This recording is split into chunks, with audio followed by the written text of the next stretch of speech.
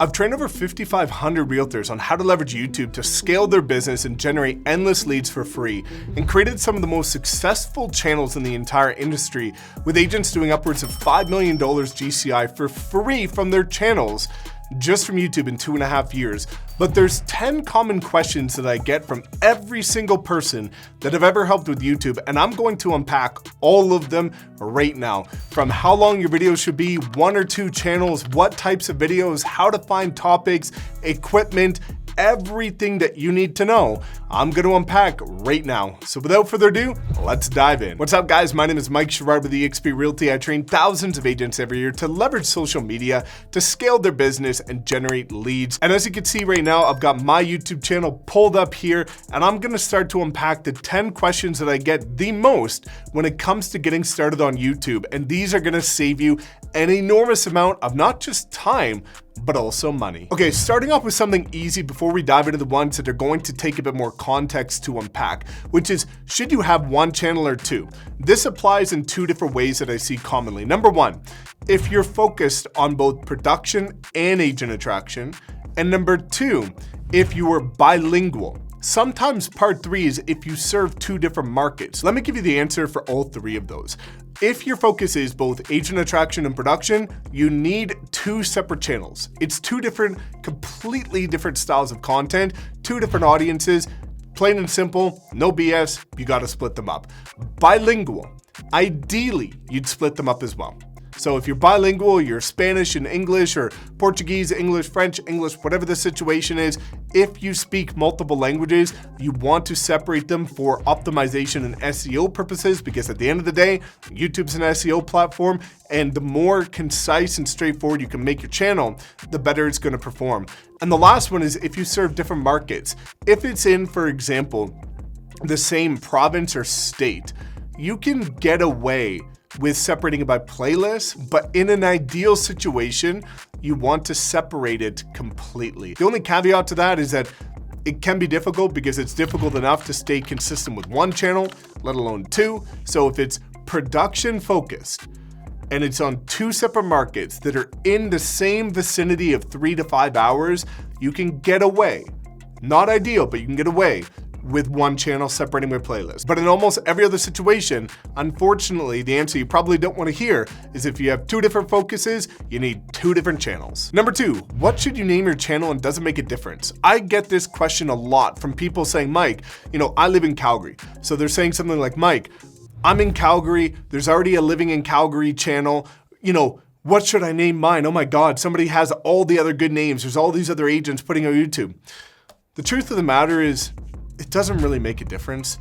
Like, yes, if you can get living in your city, living in your province or state, or moving to, or life in, that's good. It adds context. It's gonna help a little bit with searchability. But so many people get hung up on this where they're like, oh my God, I can't start my channel because I can't get, it's not gonna make a difference. If you put out better content than every other channel in your market, and your name is your channel, so like mine, Mike Sherrard, yours is your name, you're gonna crush everybody else with all those living in channels. So is it ideal? Of course. If you can get that, fantastic.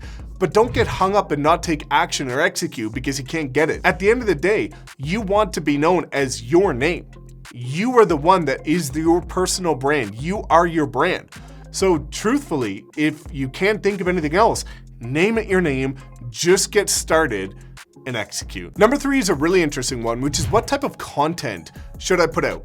Because I see people that will say, Mike, I watched your videos with Suman Kim and he only does property tours. Or I watched your video with Peter Tulin, he only does community tours. What should I do? Well, the truth of the matter is you should try it all. Property tours, community tours, relocation, market updates, local lifestyle. The 5 different key components that you want to try, because the reality of it is that the data will do the talking.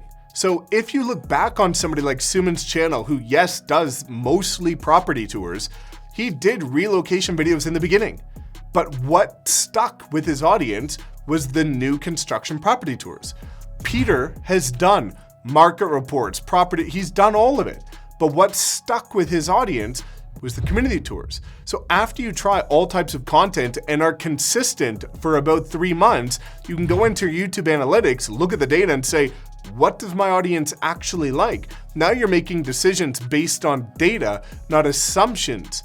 And when you can do that, you could start to lean into what's working and dial back on what's not. But there's no one right answer, unfortunately. So my recommendation in the first 3-6 months is try all styles of content and then start to look at the data to improve over time. Number 4, how often should I post? This is a really big one. And there's an answer I'm gonna give you that is ideal in my mind, but then there's a caveat to that that's gonna be a bit more realistic. So the ideal answer is that I believe, based on my own history of YouTube and the hundreds of channels I've helped become successful and generate leads from YouTube, is that 2 videos per week is ideal. You don't get a 2 times multiple. From what I've tested in the data that I've looked at, it is much more than a 2 times multiple when you go from 1 video a week to 2 videos a week.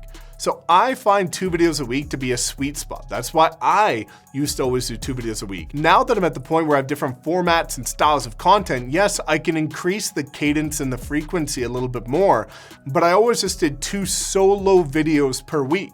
The other ones are collaborations, a little bit easier. Now, before you jump to conclusions and say, well, Mike, I can't do 2 videos a week. First off, don't say you can't do anything. That just means you're not willing to do it. Because if people say that they don't have time, which is one of the biggest excuses I get, you all have time. You have time for anything you want in your life. It just comes down to what are you gonna make a priority, which is just the truth. Now, my caveat to how often you should post is if you're just getting started, post once a week for the first month. Get in the routine, get in the habit of batching your content and actually being consistent, because if you say you're gonna do 2 and you only stay consistent for 2 weeks because you're burnt out or you mismanaged your time and you give up, well, that's not a win. A win is saying, okay, maybe you just do 1 video a week for the first month or 2 and start to build momentum, start to be consistent, because that at least is something, and something's better than nothing, because imperfect action is always better than perfect inaction. So my ideal response to that is 2 videos a week, but my caveat to that is if you're not willing to do that, start with 1 and improve over time. Number 5 is an interesting one. What type of equipment should I use? I get this all the time. Now, I will link a video in the pinned comment that breaks down my previous equipment setup. Now, I broke it down into multiple budgets, $0 to $500, $500 to $1,000, and $1,000 to $2,000. 3 different budgets that I've broken down, all with equipment that I have personally used myself and loved. I found it easy to use. It worked incredible. The quality was great, all different budgets. Now, the answer that I'm gonna give you, aside from please watch that video because it will give you lighting, audio, camera, everything that you need with links to all of it, is that the best equipment is the stuff you're actually gonna use. Start with this beautiful device right here. Start with your phone. Some of the agents that have helped do 7 figures a year are just using their iPhone and some sort of gimbal or a lav mic that's cheap, but they're just executing consistently.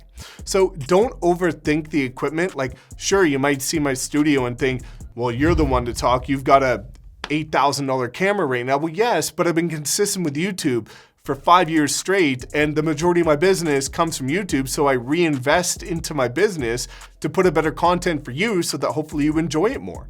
So when you're getting started, just pick anything, and if you don't have the budget to get a camera or to get fancy lighting, sit in front of a window, which is what I did in the beginning, because natural light is the best light. Use your iPhone, pay $50 to get a lavalier mic, and just go. Just execute. And as you start to close deals, take a portion of your commission, reinvest it into better equipment, and start to get excited about it. So you really don't need to overcomplicate this. Don't waste any time overthinking or overcomplicating your equipment. Pick something, run with it, and be consistent. Number 6, how long should your videos be?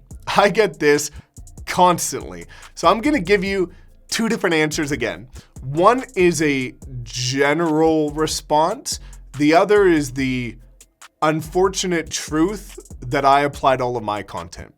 So the general response is I find, just based on looking at data of hundreds of channels is that if it's a talking head video, you want it to be about 8 to 12 minutes, which is what mine usually are. If it's a property tour, you can do anything between kind of 8 and 20 minutes. If it's a community tour, kind of the similar, but 15 to 20 minutes. And same with relocation videos, about 15 to 20, 25 minutes. And some people are gonna listen to this and say, well, that's awfully long, isn't it? But what you need to understand, and here's a litmus test that I'm gonna give you. Think if somebody had $500,000, $1 million maybe, to move to your market. And I see agents putting out these videos that are like 2-3 minutes long. If I am a buyer looking to move to your market and I've got $1 million or $500,000 that I've saved up years to get, do you think in your little 3-minute video that I've got enough information to make an educated decision on where I want to allocate that $500,000 or $1 million? Or does it even give me enough context and information to make me think you're a credible resource to want to reach out to and become a lead for you? So what you'll see is that the agents that win on YouTube, you can go look at any of their channels. I've got interviews with most of them on my YouTube channel where they talk about what they do, their equipment, their content process, all of it. But most of them have longer videos, because when your video's longer, there's two things that happen. One, you're not thinking about. The first thing is that it gives more context. It shows you're a local authority. It shows you're more knowledgeable, and it gives more information, and that's what people are looking for. And if you over deliver on information, then they're gonna reach out to you because you just helped them. The thing you're not thinking about is that watch time is one of the most powerful, important aspects of YouTube's algorithm. So think about this.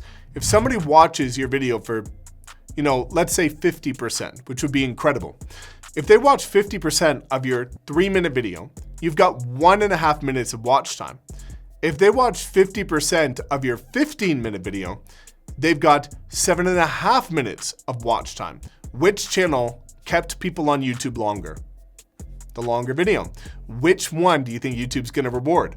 The one that kept them on the channel and the platform the longest. Now, the caveat that I said in the beginning is that your videos need to be long enough to give the answers and over-deliver on what people are looking for, to the point where they don't have to go watch another video on the same subject to get the answer. The caveat is as short as it needs to be to get that outcome with no extra filler, nonsense, BS, tangents, and unnecessary stories.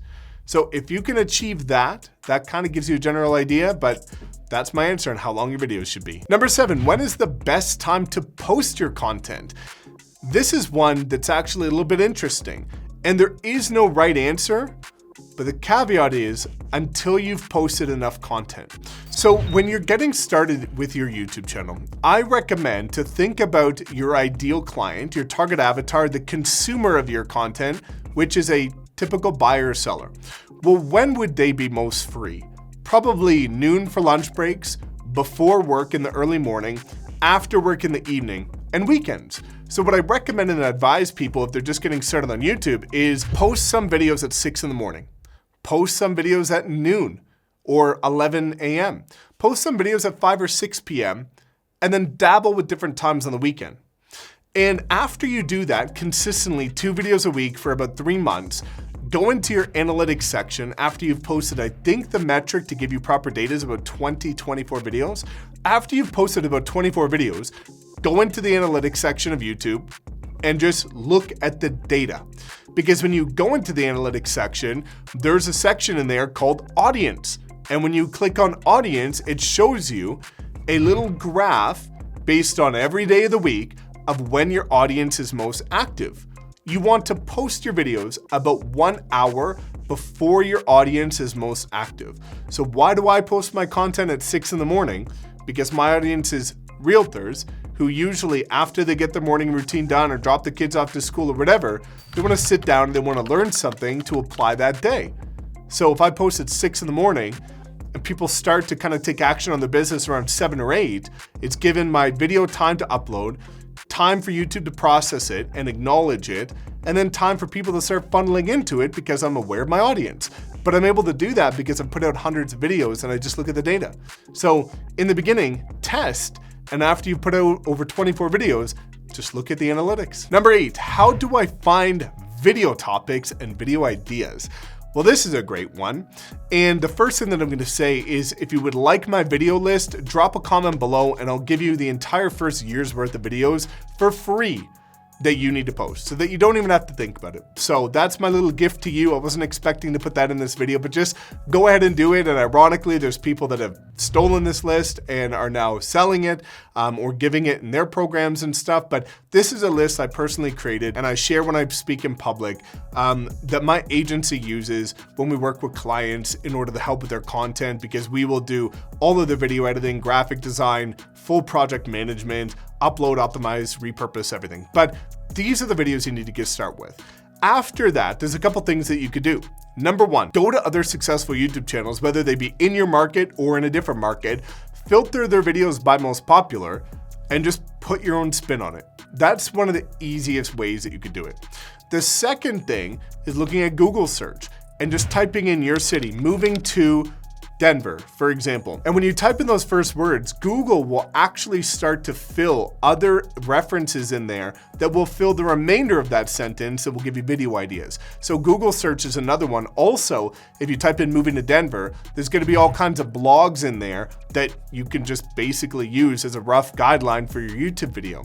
Now, the third one that I also wasn't expecting to put in this video is a super ninja trick. Go to a website, actually drop a comment below if you want this, but it's a website that gives you emails of the highest converting titles based on data and stats. And what this does is it allows you to kind of use it as a reference for video ideas, because it might be related to cooking or fitness or something else. But if you just turn those topics and apply it to, hey, this is how I could make this about real estate, it's how I get the majority of my titles now, and it's super creative. So if you want that, drop a comment below and just say you want title recommendations and I'll give you the link to that. The last two are the two biggest ones. Why are you not getting any views? Why are you not getting any leads? Time to unpack the ones that make the biggest difference. When it comes to not getting any views, there's a couple things. That is usually a matter of your thumbnail and your title not being good. Because at the end of the day, if your thumbnail is good and your title is good, people will click on it. But if they're not good, truthfully, nobody will click on it. Even if your video is amazing. Yes, the quality of your video matters, and we'll get to that. But the things that matter the most are the title and the thumbnail of your video. And that's what gives people the decision of whether or not to click on it. And if your video's not getting any clicks, meaning not getting any views, it's probably because there's other videos about the same subject done by other people that have better titles and better thumbnails. So you really need to get back to the drawing board in order to audit this. So I think it's a really good practice to, when you're about to upload a video, take a screenshot of your thumbnail and put it beside the top 3 currently ranking thumbnails and say, if I didn't know who I was or how good the video was, would I actually click on mine versus the other 3 that are currently ranking top 3? And if the answer is no, then you now know the reason why nobody's clicking on your video and thus getting any views. So views really just come down to title, thumbnail. Now the caveat to that is that you also need to know how to optimize your videos to rank. So title and thumbnail, priority number 1. Ranking, which comes from optimization, is part number 2. If you want to know how to optimize your videos, just drop a comment below, say YouTube optimization or YouTube SEO, and I will give you a video that literally walks you through exactly how to rank your videos number 1 for free in your market. But part number 2 comes down to why you're not getting any leads. And this usually comes down to 2 different things.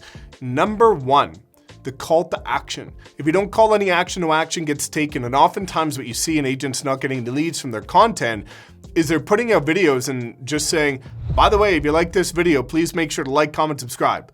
Well, that's fine. But do you want likes, comments, subscriptions, or do you want leads, conversations, and deals? I'm pretty sure you want the latter. And even worse, most people put that at the end of the video when 70% of their audience has dropped off because only 30% are usually staying by the end. So to give yourself the best chance of getting leads, instead of saying, if you like this, please make sure you like, comment, subscribe, say, if you like this video or you would like anything else about buying, selling, investing, or relocating to whatever city, feel free to contact me. All of my information is in the description below, and I'd be more than happy to talk with you privately about how I can help you achieve the needs you're looking for. Like, that's going to tell people the action you want. And the unfortunate other part to why you might not be getting many leads is content might just suck. And I know that that's kind of blunt and harsh, but I can look back at my videos. Go ahead, go to my channel and filter my videos by oldest. And feel free to laugh. So people often ask me, what is my motivation? Feel free to make fun of them. My first year's worth of videos were trash. And I'm honest with myself of why do they only get 167 subscribers, the majority of which being friends, family, and agents in my old brokerage, because my videos sucked. And I had to come to grips with that and say, hey, I gotta pick up my slack.